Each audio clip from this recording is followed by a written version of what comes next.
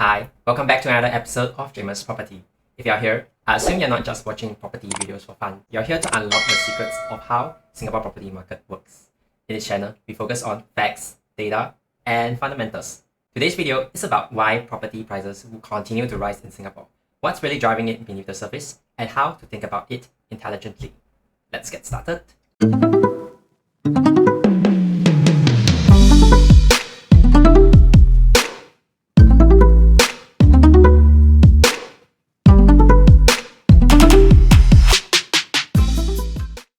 Let's start today's video with a familiar concept in Singapore property, TDSR, also known as the Dream Stopper Ratio.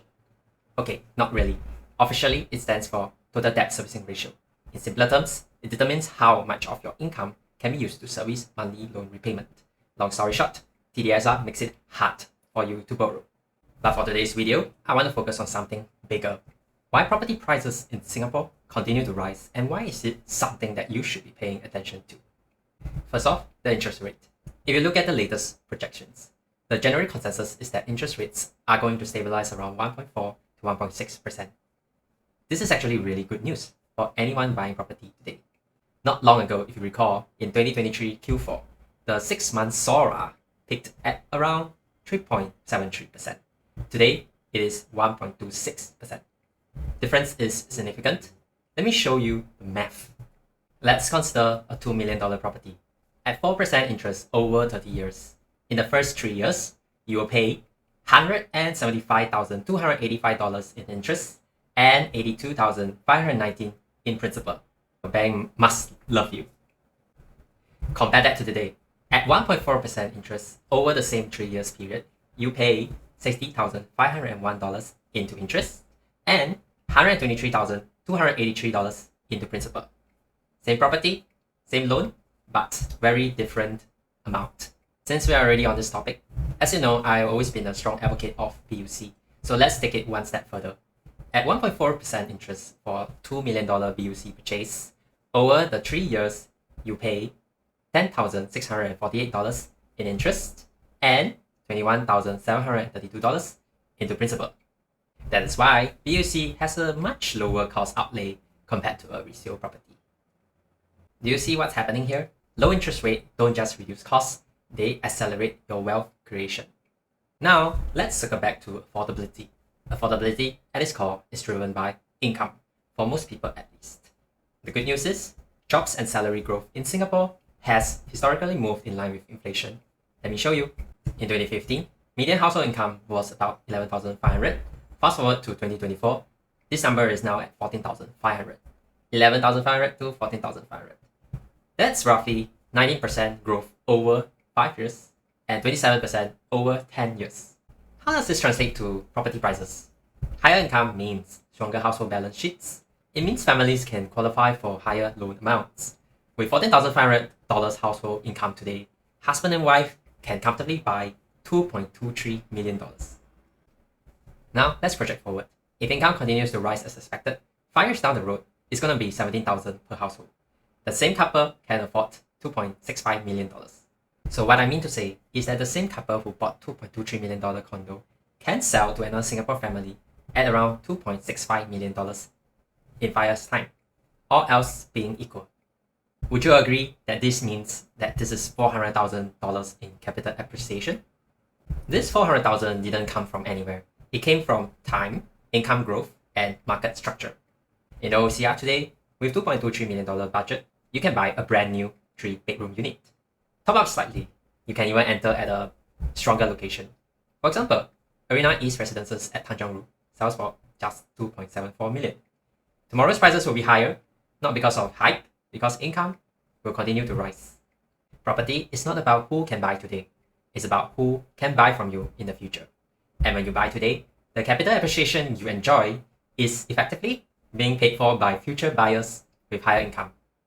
Once you understand this, you understand why property prices simply doesn't come down, as long as people can afford them, and that they are valuable long-term assets. Now let's talk about land price and replacement cost. Because before you see a show flat, before you see a brochure, someone must be willing to buy the land. Buy the land, build the project, and then sell it. If land price is expensive, the final product must also be expensive. 10 years ago, it takes $1.2 million to build a landed house. Today, it will take you $1.8 million. Materials costs gone up, labor cost has gone up, and this is why building under construction will be more pricier than as before. So property prices go up. What do we see in terms of land costs? We can observe it very clearly through government land sales. Okay, let's take a few examples. Hougang, Bedok Rise. The plot at Pioneer Residences is won by Hoi Hub and Soundways at a price of 1,004 PSF PPR. I'll be doing a video on Pioneer Residences, and you can check it out here. As you can see, land prices are moving in one direction and one direction only, upwards. Which means property prices cannot realistically move in opposite direction. The best time to buy was yesterday. The next best time to buy is today. I think by now you are familiar with the concept of capital appreciation, and if you have been a regular viewer of this channel, congratulations, you are on the right track to making good property decisions. But right now I want to introduce you to a bigger concept. Not just capital appreciation, a bigger subset of capital appreciation. The idea called capital build-up. Capital appreciation is straightforward. The difference between the selling price and the purchase price, less legal fees, stamp duties, agent fees. Capital build-up, on the other hand, is the concept of repeating capital appreciation over and over again. Combine that with rental income to determine how much money you ultimately take back over multiple property cycles. Let me explain.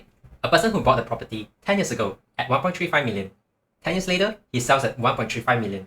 Most people would say, "Ayah, terrible investment." However, let's look deeper.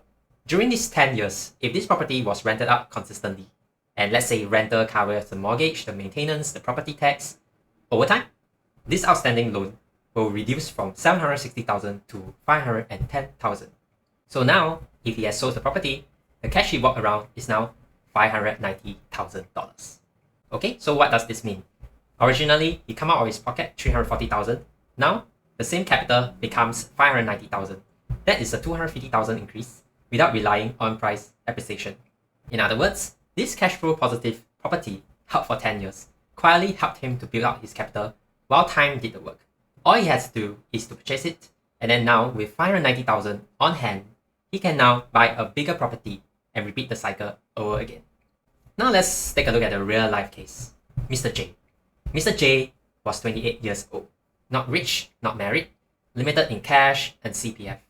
This was 10 years back. He bought a one-bedroom apartment for $574,000 with an initial capital outlay of $145,000. 4 years later, he got married and he sold the unit for $735,000.